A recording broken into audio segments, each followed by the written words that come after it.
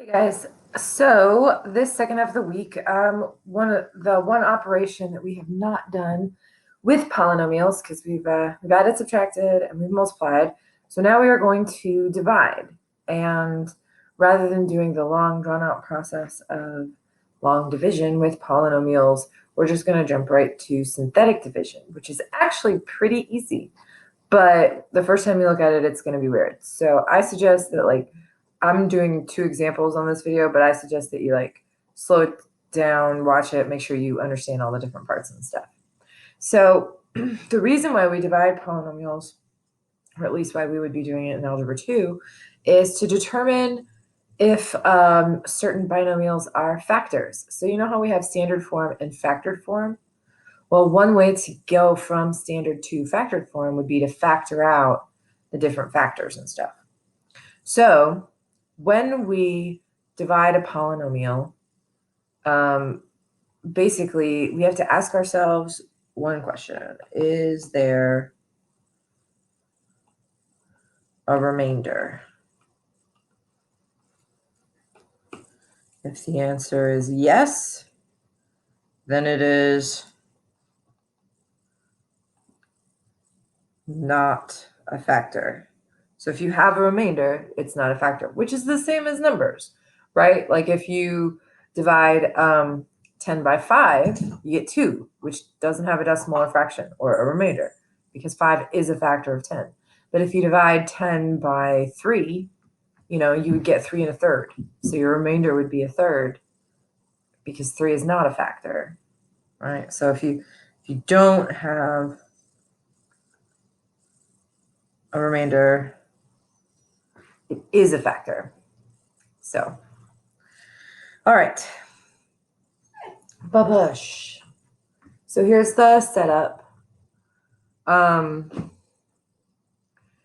First thing you're going to do is you are going to take the factor, flip the sign, and put that number in a box. Remember, every time we take a number in or out of parentheses with x, we flip the sign. So x minus 4 is going to become a positive form. We're going to put it in a box, okay? Then we're going to take the coefficients from our polynomials in order. And we're going to write them down. So we're basically taking all of the x's out.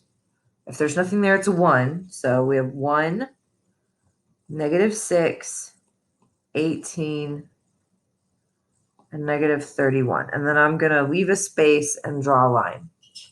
So just look at it for a minute. Make sure you understand where I got those numbers from, because that's going to be the setup every time, okay? So the first thing that happens is that this 1 drops down below the line, okay? You can't do anything with a number until it's below the line. So the number in the box is going to multiply by whatever's below the line. So this 4 multiplies by 1, and I'm going to write it up here. It's like it kind of bounces up, okay? So I did 4 times 1 and wrote it there. So now I'm going to add these two together, -6 plus 4. So that'll give me -2. Now I've got another number below the line, so I'm going to do 4 times -2 and put it, and it bounces up over there. Okay, so I'm kind of like going in this like that kind of pattern. Okay, whoops. Oh man. Oh, there we go. Perfect. So then I do the same thing where I add straight down and I get 10. And then I am going to, once again, multiply by 4. So 4 times 10 is 40. And then I add, and I get 9. Once I get to the end of the line, I put my last number in a box because that is my remainder. So I have to get my answer, right?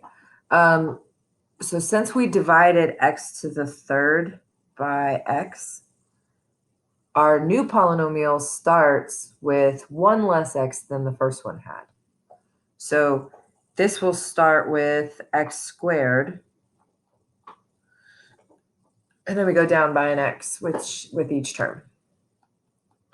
For my remainder, I'm going to write it, but I'm going to put it over what I divided by. Okay, or what I originally divided by. Kind of like when I said, like, if you divide 10 by 3, right, you get 9 1/3.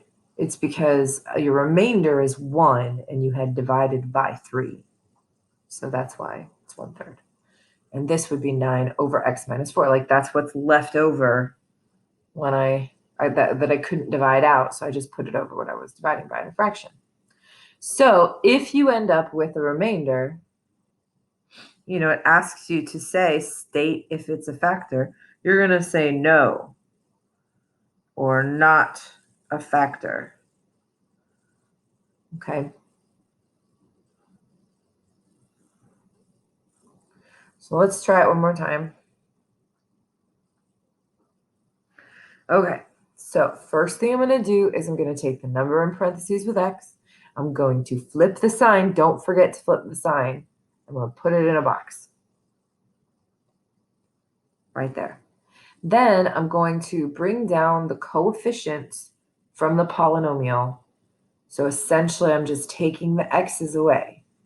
So I've got 1, 8, negative 29, and negative 90. Leave a space and draw a line. So the first number gets dropped down below the line. Okay, don't do it. A lot of times people want to multiply and then put that there. Don't. The first number just drops straight below the line. Then I multiply it by what's in the box. I only multiply by stuff under the line. So negative 10 times 1 is negative 10. Biscuit, be quiet. Then I add, and I get negative 2. So then I multiply again. I do negative 10 times negative 2. That gives me 20. And when I add those together, I get negative 9. Then again, I multiply negative 10 times negative 9, and I get 90. And when I add those together, I get 0. That's the end of the line, so it just goes in a box. So again, because my polynomial started with x to the third, my new polynomial is going to start with x squared, 1 less x, because I divided an x out. So this will be 1x squared, which really you could just write x squared, minus 2x minus 9. And since the remainder is 0, I don't have to write it. And since the remainder is 0, I can say yes. X plus 10 is a factor. Wow, how exciting. Okay. So again, feel free to rewind, pause, watch this video over just to make sure you understand what's going on. And we will go over this in the practice, and then you'll have some homework problems to do on your own. But the second half of the week, you all did really good on the review in the first part of the week, so I'm hoping that you will feel good about that. And we're just doing some synthetic division practice for the second half of the week. Like, that's it.